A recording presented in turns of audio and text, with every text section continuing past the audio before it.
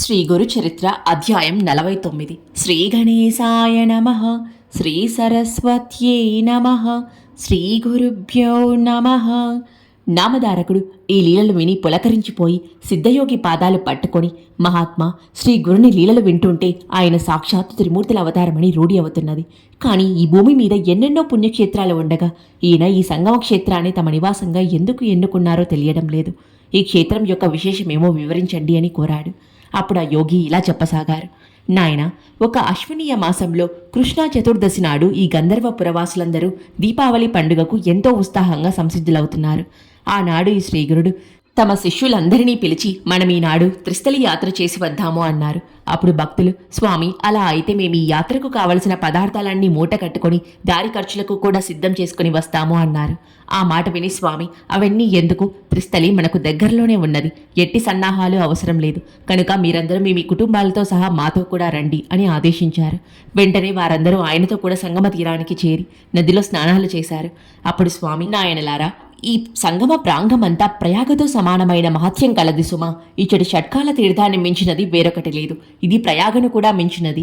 ఈ భీమా అమరజా సంగమం గంగా యమునా సంగమం కంటే కూడా ఎక్కువ పవిత్రమైనవి. ఇక్కడ స్నానం చేయడం వలన కలిగే పుణ్యం ఇంతని చెప్పగలవి గానిది. ఇచ్చట ఉత్తర వాహినిలో చేసిన స్నానం ఇంకా పుణ్యప్రదం. ఇక్కడ పవిత్రమైన తీర్థాలు 8 ఉన్నాయి. వీటిలో ఒక్కొక్క దాని గూర్చి ఎంతని చెప్పగలము అన్నారు. అప్పుడు ఒక భక్తుడు, స్వామి, ఇచ్చట నదికి అమరజ అనే పేరు ఎలా వచ్చింది, అది ఎలా ఏర్పడిందో సెలవియ్యండి అన్నారు. అప్పుడు శ్రీగురుడు ఇలా చెప్పసాగారు. పూర్వం ఒకప్పుడు దేవతలకు రాక్షసులకు భయంకరమైన యుద్ధం జరిగింది. అందులో జలాంధ్రుడని రాక్షసుడు ఎందరో దేవతలను చంపివేస్తున్నాడు. అప్పుడు దేవతలకు రాజైన ఇంద్రుడు మృత్యుంజయుడైన శంకరుని దర్శించి, మహాదేవ, ఈ యుద్ధంలో దేవతలకే ఓటమి తప్పనట్లున్నది. అదేమి చిత్రమో కాని రాక్షసుల దేహాల నుండి కారిన రక్తపు చుక్కల నుండి వేలాదిగా రాక్షసులు పుట్టి ముల్లోకాలలోని దేవతలను సంహరిస్తున్నారు అని మొరపెట్టుకున్నారు. వెంటనే రుద్రుడు పట్టరాని కోపంతో రాక్షసులతో యుద్ధానికి సంసిద్ధుడయ్యాడు. కానీ ఇంద్రుడు ప్రార్థించిన మీదట ఆ యుద్ధంలో చనిపోయిన దేవతలను బ్రతికించడానికి అమృత భాండం ప్రసాదించాడు. వెంటనే ఇంద్రుడు అది తీసుకువెళ్లి చనిపోయిన దేవతల మీద చల్లగానే వాళ్ళందరూ జీవించారు. చివరికి ఆ పాత్రలో మిగిలిన అమృతం కొద్దిగా భూమి మీద పడింది. అదే ఈ నది రూపంలో ప్రవహిస్తున్నది. అందుకే దీనికి అమరజ అనే పేరు వచ్చింది. అందువల్లనే సంజీవిని వంటి ఈ నీరు సర్వ పాపాలను నశింపచేయగలదు. ఇందులో భక్తి విశ్వాసాలతో స్నానం చేసిన వారికి అపమృత్యు భయముండదు. ఇది అన్ని బాధలను, వ్యాధులను, బ్రహ్మ హత్యాది పాపాలను తొలగించడంలో త్రివేణి సంగమంతో సమానమైనది. ఈ సంగమంలో వైశాఖ, కార్తీక, మాఘ మాసాలలో యథావిధిగా ఉషాకాలంలో స్నానం చేస్తే ఈ లోకంలో సుఖము, అటుపై మోక్షము కలుగుతాయి. అందుకు అవకాశం లేనప్పుడు గ్రహణ సమయంలోనూ, సంక్రమణ పర్వదినాలలోనూ, ఏకాదశి మొదలైన తిథులలోనూ ఈ నదిలో స్నానం చేస్తే అనంతమైన ఫలితం వస్తుంది. నిత్యము ఇందులో స్నానం చేసిన పూర్ణాయుష్యవంతులవుతారు. ఈ అశ్వత్థ వృక్షం దగ్గరున్న మనోరథ తీర్థంలో స్నానం చేస్తే నిశ్చయంగా మనోరథాలన్నీ నెరవేరుతాయి. భక్తితో అశ్వత్థాన్ని సేవించాక వారికి కలి ప్రభావం అంటక మా దర్శనం లభిస్తుంది. కారణం, మేమందులో ఎల్లప్పుడూ ఉంటాము.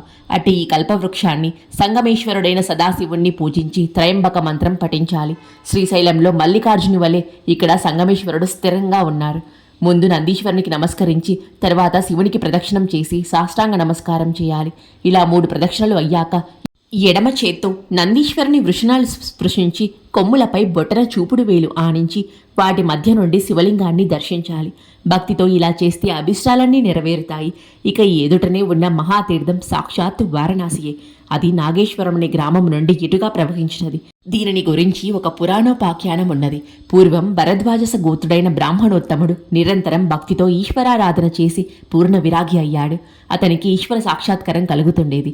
ఆనంద పారవశ్యంతో అతడు ఒళ్ళు మరచి తిరుగుతుంటే లోకులు అతనికి దయ్యం పట్టింది కాబోలు అనుకునేవారు. ఒకప్పుడు అతని సోదరులైన ఈశ్వరుడు పాండురంగడు కాశీకి బయలుదేరుతూ తమ అన్నయ్య అయిన అతన్ని కూడా రమ్మన్నాడు. అతడు నవ్వి, కాశీ విశ్వేశ్వరుడు నాకు దగ్గరలోనే ఉండగా కాళ్ళీడ్చుకుంటూ ఎక్కడికో వెళ్ళడం ఎందుకు అన్నాడు. అలా అయితే మాకు చూపించగలవా అని వారన్నారు. అతడు అంగీకరించి సంగమంలో స్నానం చేసి ఈశ్వరుని ధ్యానించి, వ్యోమకేశ, దీనిని కాశీగా చేసి ఇక్కడ శ్రీ విశ్వేశ్వరునికి రూపం అందరికీ చూపించు అని ప్రార్థించగా అందరికీ అక్కడే వారణాసి కనిపించింది. ఆ కుండమే మణికర్ణిక అయ్యింది. ఈ నది ఉత్తర వాహిని అయ్యే చోట ఆ కాశీ ప్రకటమయ్యింది. కాశీలో ఉన్న దైవ రూపాలన్నీ ఇక్కడే కనిపించాయి. అతని సోదరులిద్దరూ ఆశ్చర్యపడి ఇక్కడే స్నానము, దానము మొదలైనవి చేశారు. అప్పుడు ఆయన మహాజ్ఞాని అని అందరూ తెలుసుకున్నారు. అప్పటి నుండి అతని దగ్గరకు వచ్చిన వారందరికీ విశ్వేశ్వరుని దర్శనం ప్రసాదిస్తుండేవాడు. కనుక ఇది సాక్షాత్తు కాశీయే. స్వామి అటు తర్వాత భక్తులకు పాప వినాశ తీర్థం చూపించి ఇందులో స్నానం చేస్తే సర్వ పాపాలు భస్మమవుతాయి అని చెబుతుండగా పూర్వాశ్రమంలో వారి సోదరి అయిన రత్నాదేవి అకస్మాత్తుగా అక్కడికి వచ్చి ఆయనకు సాష్టాంగ నమస్కారం చేసింది. శ్రీగురుడు, అమ్మాయి, నీవు చేసిన పాపాల గురించి ఎప్పుడైనా ఆలోచించావా అన్నారు. ఆమె నమస్కరించి, స్వామి, నేను మూఢురాలని, సర్వజ్ఞులైన మీరే వాటిని నాకు తెలపాలి అన్నది. అప్పుడు స్వామి, పూర్వం ఒక పిల్లి పిల్లలను పెట్టింది. నీవు చూడకుండా ఆ కుండ నిండా నీళ్లు పోశావు. అవి చచ్చిపోయాయి. అందువలన నీకు పంచమర్జాల హత్య మహాదోషం చుట్టుకున్నది. ఇంకా చెబుతాను విను అంటుండగాని అంతలోనే ఆమె శరీరం అంతా కుష్ఠవ్యాధితో నిండిపోయింది. ఆమె భయపడి ఆయన పాదాల మీద పడి, ఓ దయానిధి, ప్రజల పాపాలు పోగొట్టడానికి కాశీకి వెళ్ళినట్లు నేను మీ పాదాలను ఆశ్రయించడానికి వచ్చాను, రక్షించు అని ప్రార్థించింది. అప్పుడు శ్రీ నృసింహ సరస్వతి, నీవెన్నో పాపాలు చేశావు. వాటిని మరుజన్మలో అనుభవించి పోగొట్టుకుంటావో లేక ఇప్పుడే పోగొట్టుకుంటావో చెప్పు అన్నారు. ఆమె ఇంకా మరొక జన్మ ఎందుకు? నా పాపాలు ఇప్పుడే తొలగించి మరలా జన్మ లేకుండా చేయండి అని ప్రార్థించింది. స్వామి, అలా అయితే నీవు నిత్యము ఈ పాపనాశ తీర్థంలో స్నానం చేస్తుండు. ఒక్కొక్క స్నానానికి 7 జన్మల పాపం నశించిపోతుంది. ఈ కుష్ఠరోగం మొకలెల్లా అని చెప్పారు. అలా చేయగానే ఆమె వ్యాధి మాయమైంది.